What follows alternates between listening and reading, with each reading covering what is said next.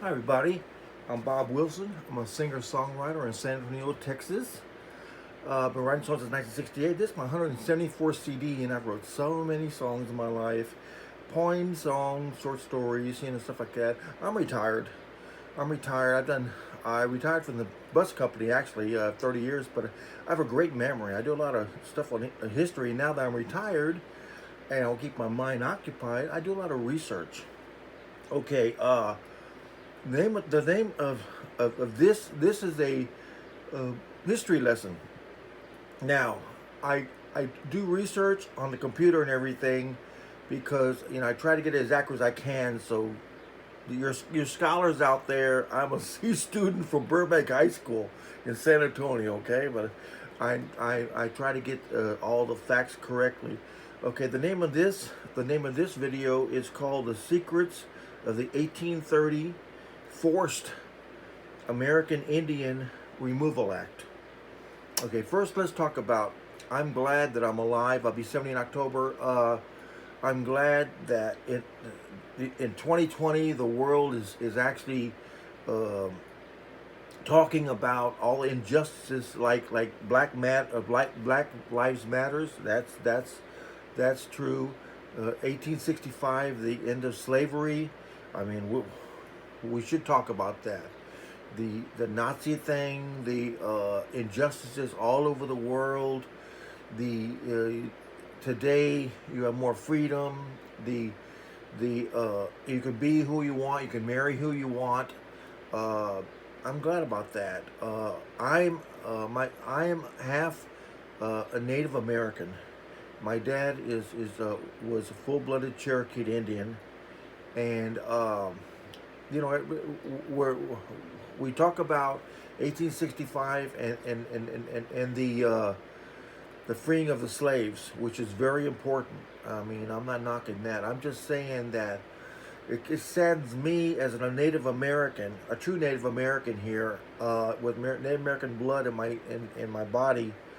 It saddens me that people do not remember about the American Indian. Okay, let me give you a little history lesson for what I found out on the computer. Okay, in 18 no excuse me in 1492, Columbus never set foot on the United States. He did Dominican Republic, what I heard. But when the white settlers were coming, there were 60 million Native Americans. And I said, well, I mean, the people these days are marching, and they should march for the things they believe. And I said, why don't the Native American march for their things? But I found out, like I told you, in 1492, there was 60 million Native Americans in the United States. According to my records, now there's only 5 million. 55 million Native Americans are gone. They died. Okay. Let me get to the story here. Okay. What I understand, your scholars can call me on this. In 1830, Andrew Jackson, which what I understand was one of the worst presidents who ever did, he decided, and the Congress, not everybody was. Davy Crockett, the one who fought in the Alamo in San Antonio, he was against it, and a lot of people are against it. But him and a lot of his backers and everybody thought that we made a lot of Indian treaties, and we broke them, they broke them, whatever, and a lot of Andrew Jackson and a lot of people in 1830 thought, that land east of the Mississippi is prime land. Georgia, Tennessee, Virginia, Florida, all that through there. I'm not that good on location stuff, but that's what I've read. And they decided in 1830 that's prime land. We know the 160,000 Native Indians lived there for hundreds of years, but why don't we just pass a law where we're going to kick them out? We're going to. Can you imagine today, the United States government passed a law that 160,000 Americans got taken off their land? Now they gave an ultimatum. They said, okay, we can pay you what we think is fair, and we will exchange it for some land that's not as good in Oklahoma and over there. But we want, what I understand, the reason they want this land, for what I understand, is for cotton, for the defense of the United States. They want their things, and it's prime land, and they want the white settlers to go over there, and they can make a lot of money on this land. So they disregard hundreds of years, these American Indians there.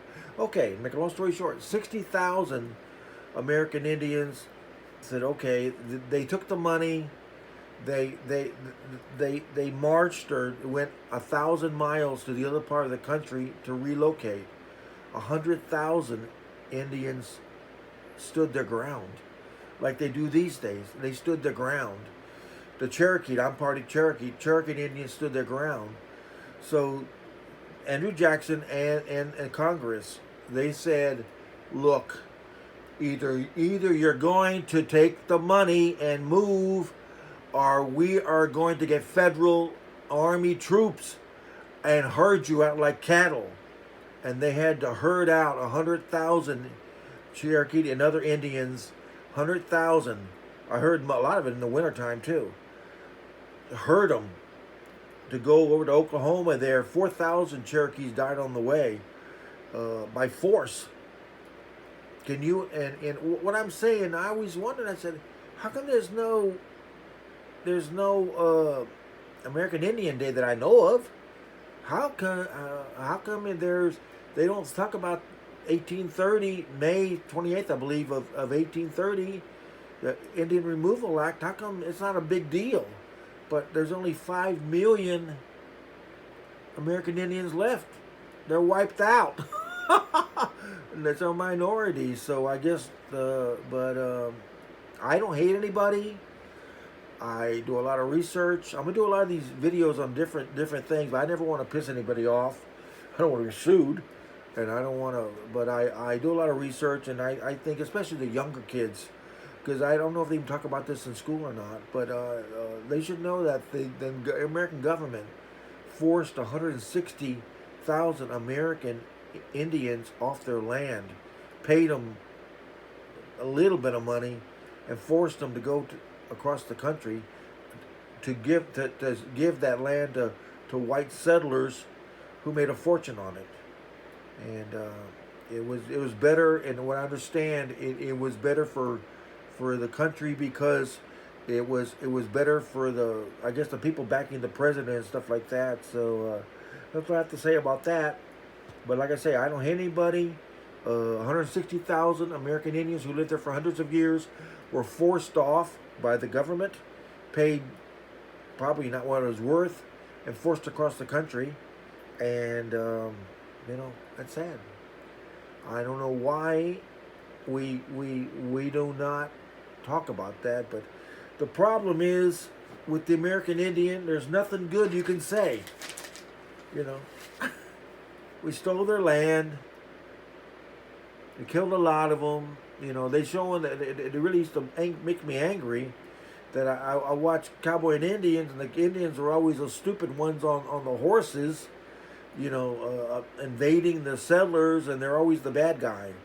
But the real Indians, actually, the Spanish brought the horses, what I understand, and the Indians were nomads. They followed the buffalo and everything, and most of them were peaceful people, but they fought back when their homes were being stolen, their land was being stolen, their kids, the women and children were being killed, women were being raped. I mean, stuff like that. I think anyone would fight back for the home that the generation has been in for hundreds of years.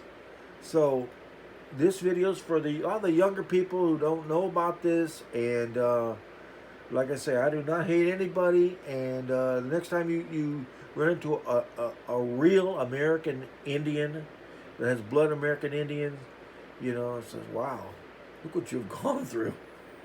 You won't hear about that on CNN. Bob Wilson Nation, peace out.